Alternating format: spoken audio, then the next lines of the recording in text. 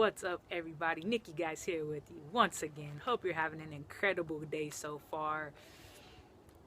I'm going to take a deep breath. I just took that breath because this topic has really hit home for me, especially the past couple weeks. See, what I've noticed, what I've seen, what I've heard lately is a lot of people speaking in terms of keeping people in their place.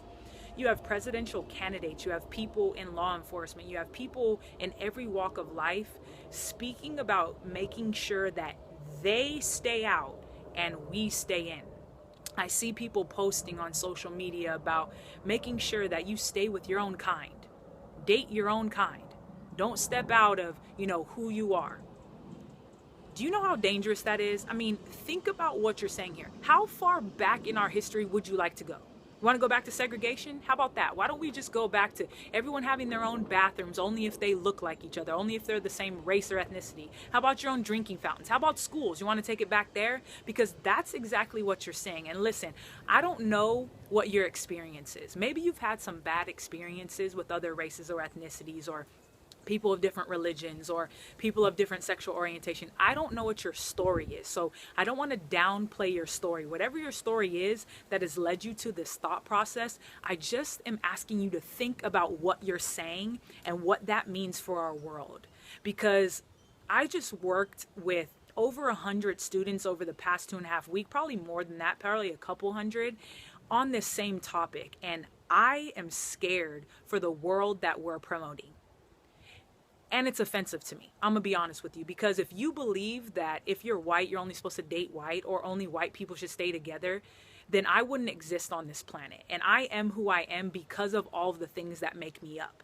So when you're out there speaking about being with your own kind and staying in your own place and certain people belong here and certain people don't, that is offensive to me. I'm made up of a lot of things that make me unique and make me different in this world. And personally, that's the kind of world I want my kids to grow up in. I don't want them to grow up in a world where everyone stays in their place and everyone dates their own kind. That's the problem. And understand that you're speaking the words that lead to the violence that's happening in our world. The terrorist attacks, the violence, the wars that have gone on in our history. Do you understand that it's because of that same thought process that those happen? Do you understand that the reason that all these things happen is because people think they're better than another kind? People think they're better than another religion, think they're better than someone that is different than them? That's what you're speaking, and that's what's dangerous. Just pay attention. Be more aware of what you're putting out there. Be more aware of the consequences of your words that you're speaking and the kind of world that you're designing. Because personally, I don't want to be in that world. A world where everyone stays where they are is boring to me. And it's going backwards in time to me.